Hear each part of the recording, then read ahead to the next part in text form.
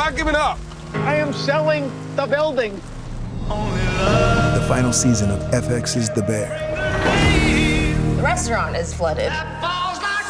Everything's either going to be okay. No, stop. Or not. We are outgunned and we are outmanned, but we have each other. FX's The Bear, the final season. All episodes now streaming on Disney+. Blowing ad budget on metrics that look great till the CFO sees them, that's bull spend. And marketers are calling it out in Dashboard Confessions. I remember telling my boss, it'll be good for the brand, when leads were slow. Yeah, it wasn't. Cut the bull spend. LinkedIn lets you target by company, job title, and more. Advertise on LinkedIn. Spend $250 on your first campaign and get a $250 credit. Go to linkedin.com/campaign. Terms and conditions apply. There's no shortage of travel advice out there. Where to go, what to do, Where to stay, or how to save a buck. but one question gets left behind. Why do we travel in the first place? Why We Travel explores that fundamental question and delves into the deeper motivations behind our journeys. I'm Eric Weiner, author, philosophical traveler, recovering journalist. I'm also an unapologetic place person. I firmly believe that where you are shapes who you are. And I'm Erica Vella. I'm also a former journalist, now working in the aviation industry. I'm passionate about storytelling and understanding why things are the way they are in this fascinating world. It's a podcast that's going places. Now, this is the first episode of Why We Travel. And Eric, I think for our listeners to understand where we're going, it's important to know where this whole idea came from. Why We Travel was born from an essay series of the same name that recently appeared in the Walrus magazine. And Eric, you were the editor for this series. Can you talk to me about how this whole idea came up in the first place? That kind of depends how far you want to go back, Erica. Let's go back to me at age 5. I think that's far enough. I had this just intense sense of wanderlust and curiosity about the world, and I threatened to run away from home at age 5. And unlike most 5-year-olds, I actually did, and got about 2 or 3 kilometers from my house before the local police picked me up and put an end to my adventure. But I've been running, I think, in a good way ever since, traveling the world. I was a foreign correspondent for NPR for a number of years, and I loved that job. But a while back, I pivoted to travel writing, beginning with my first book, The Geography of Bliss, One Grump's Search for the Happiest Places in the World. So this whole idea really comes from your passion and your work that you've done in travel. Yes, that and a cottage on a lake right smack on the border between Vermont and Quebec. I was vacationing there a couple of years ago with a good friend, and we were bemoaning the fact that there is this lack of really good, thoughtful travel writing out there. Now, there's plenty, as you said, about the how of travel, how to book flights and hotels, etc., but very little on the why of travel. Why do we hit the road? How do people's motivations differ? And why do those motivations matter? So we decided to launch the Why We Travel series, which ran in the very excellent Walrus magazine. And that was great fun. I was able to assign stories to some of the best travel writers of our day. But of course, we live in a visual and a audio world, and thus this podcast was born. And one person who was featured in this series was Pico Iyer. Eric, he is a renowned travel writer. Yes, he's amazing. Pico is a travel writer, but that's kind of like saying Roger Federer is a tennis player or Yo-Yo Ma's a cellist. It's an inadequate description. Pico, in fact, is one of the greatest travel writers of our time. His observations are always fresh and insightful. He's written 18 books and countless essays. In fact, it was one of his first books, Video Night in Kathmandu, that inspired me to become a travel writer. I reached Pico Iyer at his home in Nara, Japan. I am Pico Iyer, and I'm a lifelong traveler and writer. So we were exploring in this series the many reasons why people travel. The most obvious, perhaps, is for pleasure. People want to, get away from the grind of the 9-to-5 job, go to a beach and relax. But people also travel to experience something more dramatic, like a feeling of awe. People travel in order to be able to think, and there's a great history of great thinkers and writers who could only really do their thinking and writing if they were in motion. People travel to heal themselves from either physical or emotional wounds. You argue that one reason people travel is to meet the neighbors. And I was thinking about that and thinking that, well, for most of human history, your neighbors were the people literally next door to you or perhaps across the street. But you write in this wonderful piece that we live in a global neighborhood and it's a folly not to get to know our neighbors. Our destinies depend on them because the consequences of a sneeze in Wuhan are felt in Manitoba. So, Pico, no longer a luxury, meeting the neighbors, but more of a necessity? I travel for all the reasons you mentioned, for joy and surprise and rest and delight. But I think the new aspect in our lifetime is that you and I belong to the first generation in human history that can be in Tibet or Antarctica tomorrow, and that is linked in every possible way. And also that even if, as with most people, we don't have the chance to travel across the world, the whole of the world has come to our doorsteps. And so I think our neighbors now are coming from all 7 continents. Apart from the emotional excitement of travel, there's almost a moral or political obligation in getting to know the neighbors as we would in a tiny neighborhood or the old-fashioned neighborhood.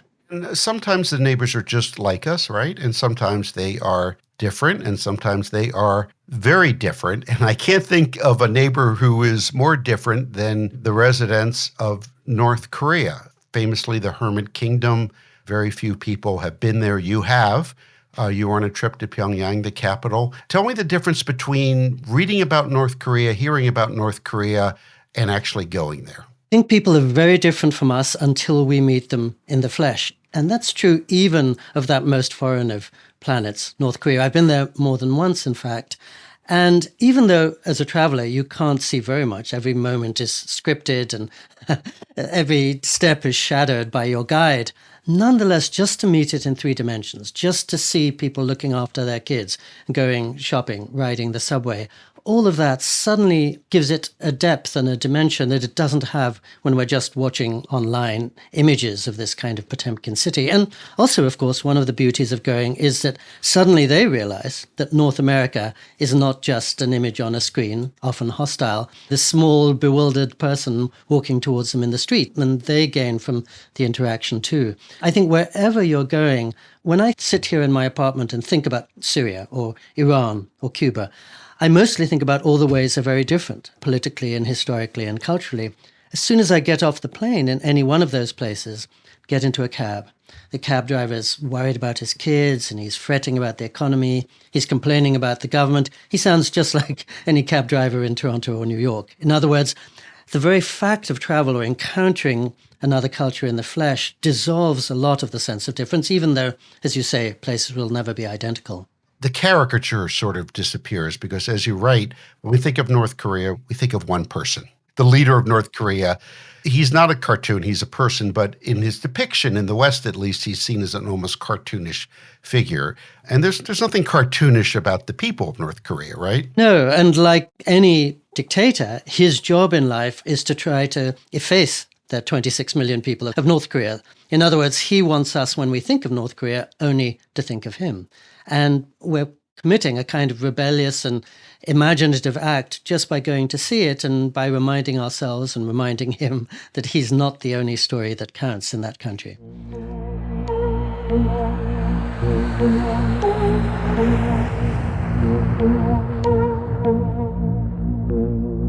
At this point, our conversation shifted a few thousand miles away to Iran. Pico has visited several times, as have I. Our conversation took place before the U.S. and Israeli war in Iran. Much has changed since then, of course, but our impressions of Iran have not. Like North Korea, it is a much more complex, nuanced place than comes across in the latest news bulletin.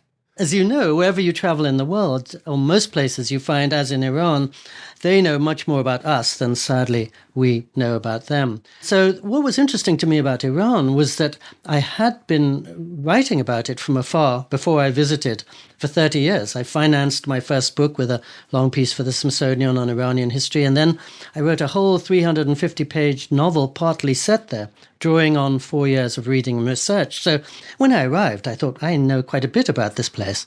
Within 4 hours, I saw I didn't know a thing. One of the things that was so beautiful about Iran, it was the richest and most sophisticated place I'd been, but also the most surprising. And as you know from my piece, I feel that in some ways, we know less about the world than ever, the more we have the illusion of knowledge, because you and I can see so many images on screen of Iran and North Korea, and so we feel that we know them, and actually we know less perhaps than our grandparents did, who weren't burdened by the sense that they'd seen it. And so in that sense, I think the importance of meeting other cultures in the round is more urgent now than 50 years ago. Quite apart from the fact that our lives are more intertwined than they were 50 years ago. Yeah, I was thinking about, what it takes to be a good traveler and a good writer, actually, for that matter. And clearly, one ingredient is curiosity. You've got to be curious about the world. And that's true for writers and travelers. But you suggest another possibility, and that is humility. You write that the greatest benefit I get from travel is humility. What do you mean? We become more provincial, I think. Our news is much less concerned with the rest of the world than it was 30 years ago. Our scope is much more confined to this very moment. And so actually, I believe we know less about the world than we did previously, but we believe that we know more. And the beauty of going to a place like Iran is stepping off the plane in the northern town of Mashhad, as you said, being greeted by an Iranian who speaks much better English than I do because he'd been educated at a boarding school near London, driving through packed streets to our hotel at 3 a.m. with my Iranian guide pointing out everybody who looked either like John Cleese or Mr. Bean, hearing him tell me about various Jon Stewart episodes on Comedy Central, and then stepping into this glittering lobby with Yesterday by the Beatles playing, and filled with people much more chic than the ones I just left in California. So I'd only arrived in the hotel, let's say 30 minutes after touching down in Iran, and everything I thought I knew dissolved. And I realized my curiosity was awakened because my humility was deepened. And I thought, everything I thought I knew about this place, I'm going to have to set aside. You described yourself as provincial. I immediately had a gut reaction, which is Pico Iyer is probably the least provincial person I know. You're an Indian born in England who moved to California and now lives in Japan. But yet you describe yourself as provincial. How can that possibly be? I suppose I mean that it's easy to be provincial if we follow the world through the news. And even though I'm lucky enough to have connections with those four cultures, if I were just to sit in my apartment here and follow Afghanistan and Iran and Beirut and Jerusalem through the screen, I think in some ways I'd be a know-nothing. I might as well be in South Dakota never having left my home neighborhood. Just because screens come between us and the world and tell us that they're telling us about the world when in fact they're only giving us, as you said, cartoonish, two-dimensional images. So it doesn't matter how international your background is if you're not really paying attention and encountering the world head on. You can have 8 passports with 200 stamps in them and still have a provincial mindset, essentially. You write that travel is less a fact of geography than an act of imagination, and I quite like that. It reminds me of Henry Miller's famous quote, which is my all-time favorite quote about travel. He says, "One's destination is never a place, but a new way of seeing things." And as much as I try to explain to people why I travel so much and write about it, I just keep coming back to that. And that new way of seeing things does require an imagination. It's imagining that life can be different elsewhere and that different isn't necessarily worse, right? I mean, the imaginative traveler they're different from me, but not necessarily worse. In fact, might be better in some ways. Also, as you said, citing Henry Miller, that the destination is relatively unimportant. In other words, in Toronto or Vancouver or Montreal now, you can really travel the world just by driving across town. Get into a cab and suddenly the spices of Ethiopia, the stories of Vietnam, the rhythms of Haiti are coming to you. And I think that's an excitement that wasn't available previously. To go with your Henry Miller quote, where I think he might be drawing on Proust, I always love Henry David Thoreau saying, "Matters not how far you go, the further commonly the worse. What matters is how alive you are."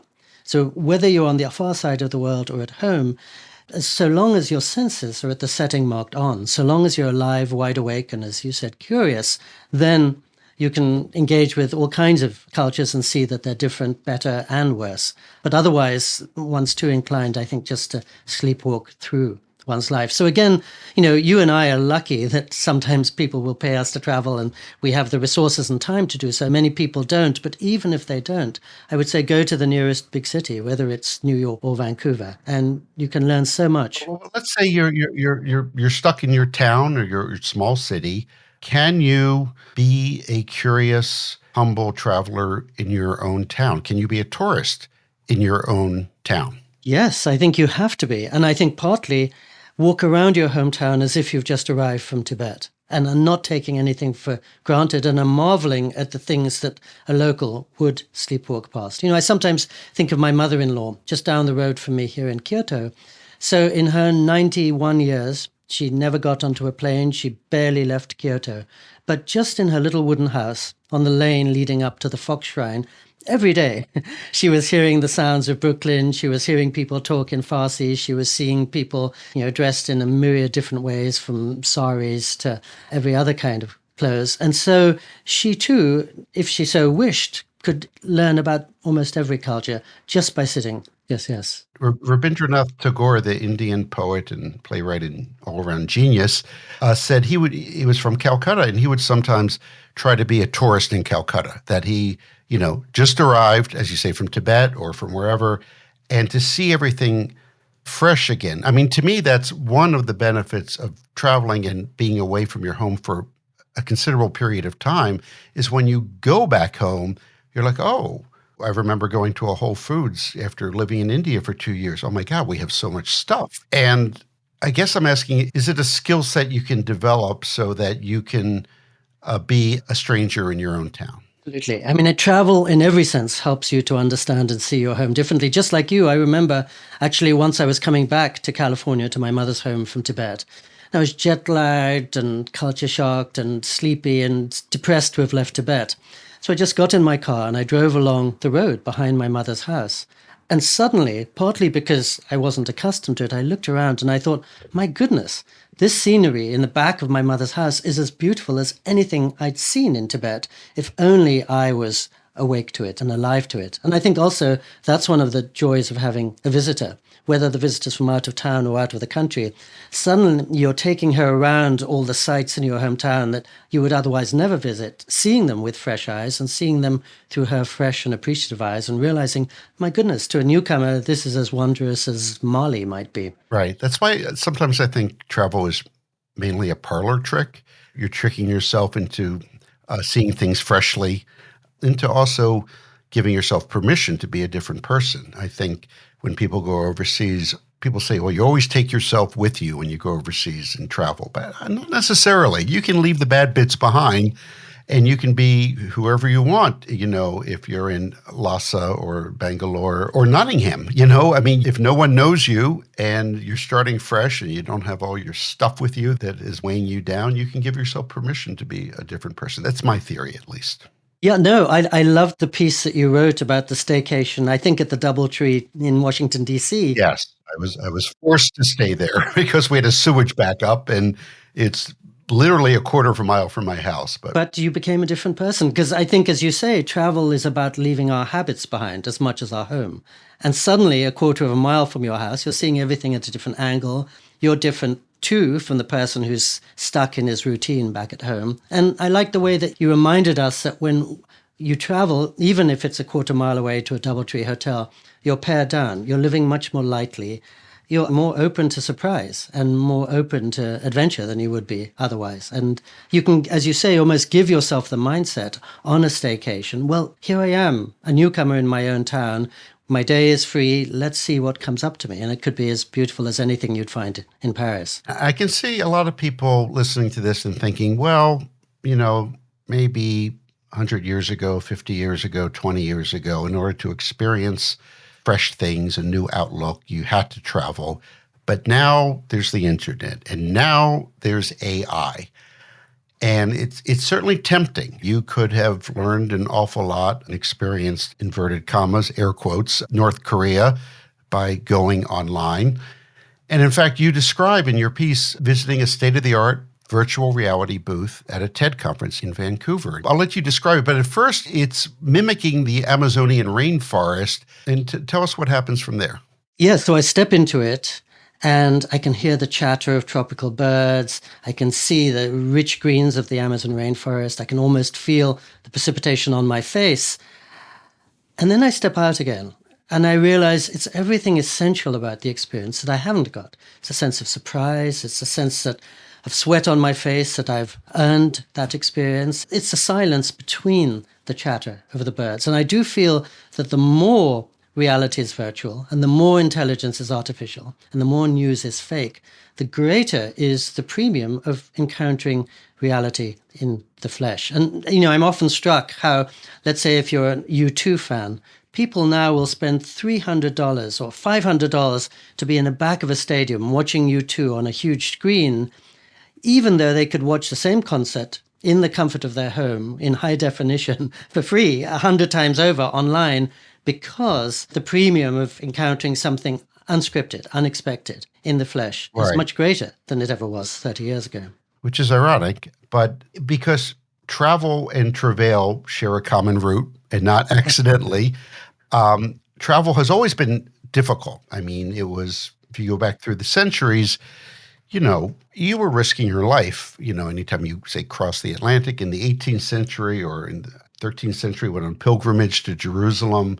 And these were long, dangerous journeys. And people rarely traveled, correct me if I'm wrong, for pleasure alone. There usually was some purpose behind it. It was to commune with God or to fight a war or to start a new life, right? To immigrate. And I think maybe that difficulty is part of the appeal of travel, actually. And you write about this earned epiphany, that you want to earn your revelations. You don't want them handed to you on a website or from an AI chatbot. What do you think of that theory that, in fact, we want travel to be a little bit difficult?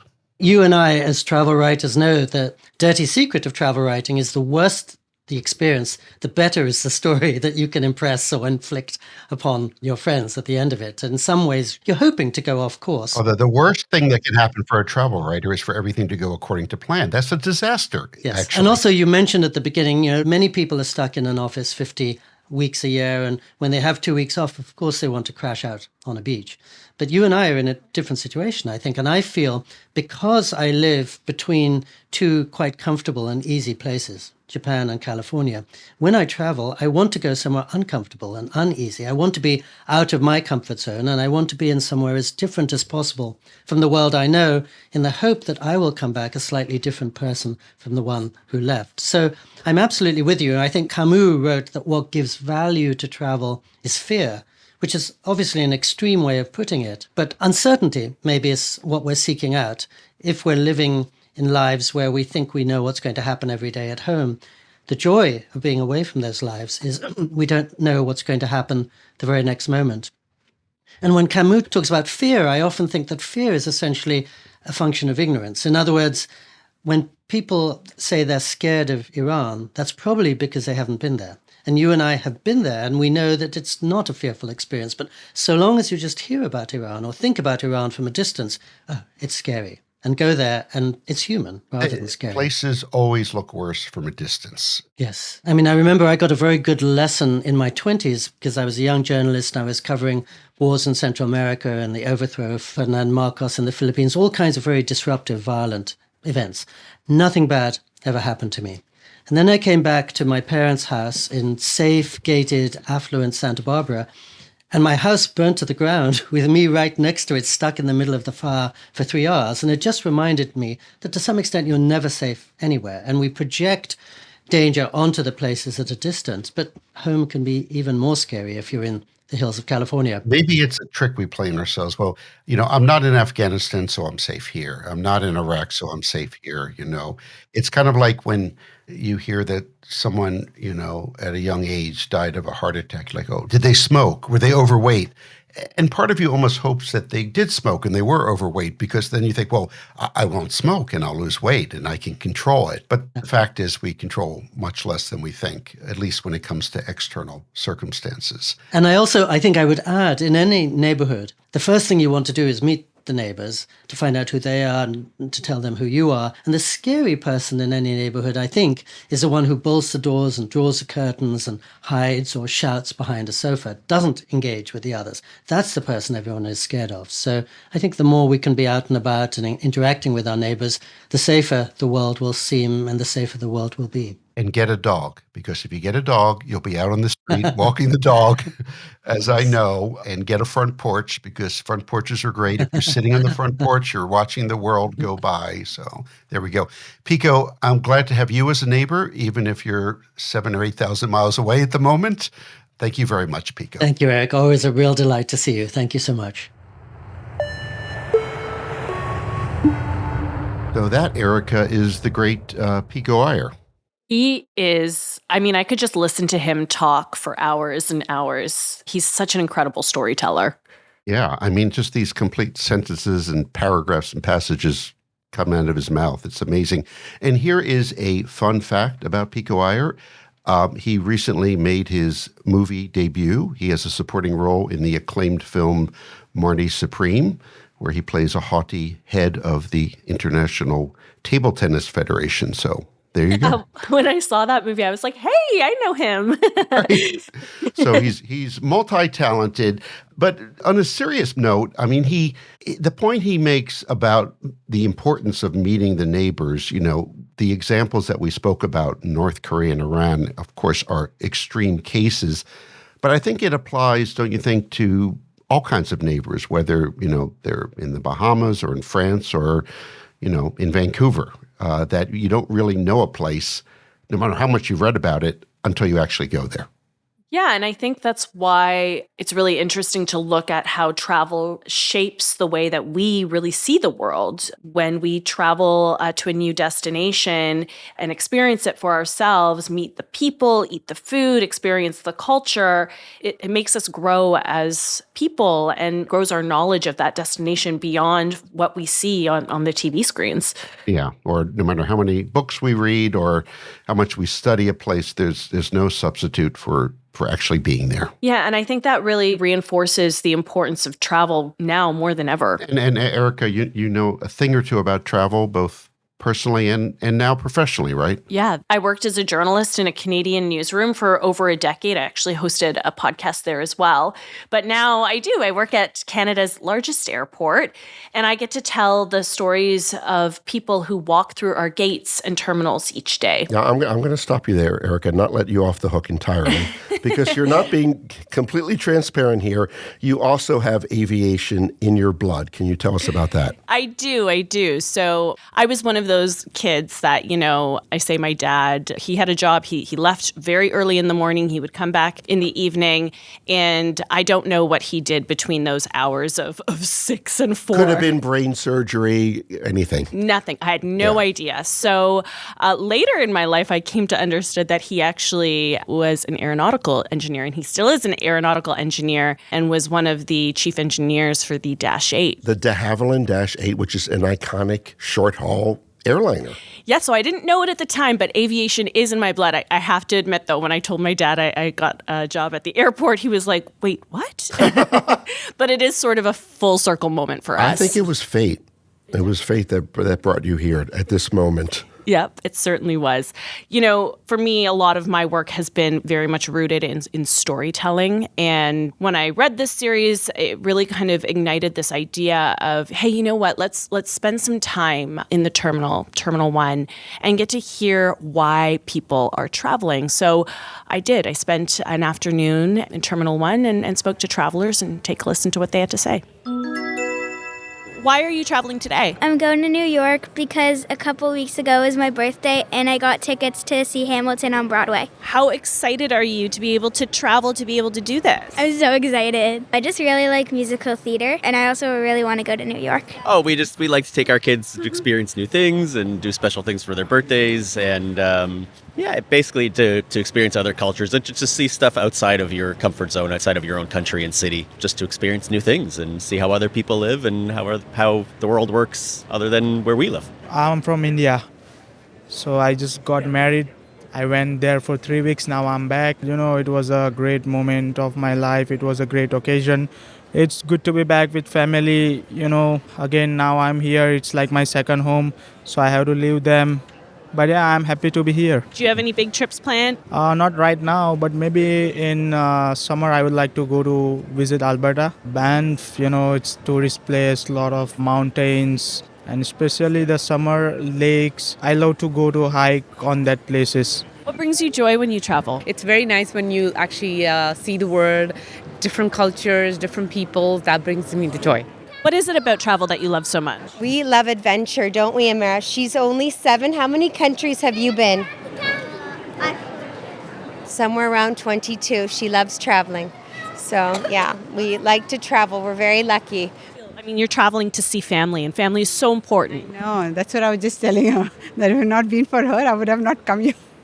The connection, and actually Canada is such a nice country, so pretty. Last time we were in Tobermory, so it's like, why not see other cultures, other places? Travel is extremely important. And after COVID, I think we've learned the value of travel a lot more. Why are you traveling today? Today I'm traveling because my mother is sick.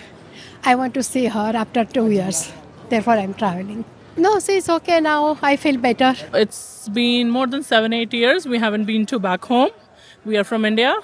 Kids are growing up. We want them to, go back home so they can see our culture and eat the street food we grown up eating. Plus, because we are going to India and it's the break journey, so we are taking a halt in Dubai for a week because kids wanted to see so many things. This is an important family trip for your family to be able to connect to their roots, right? Yes, that's right. It is important because, my parents and my in-laws, everybody is there. And then I remember when kids went back, they were small. Even my little one, she's 6. She haven't been to India once.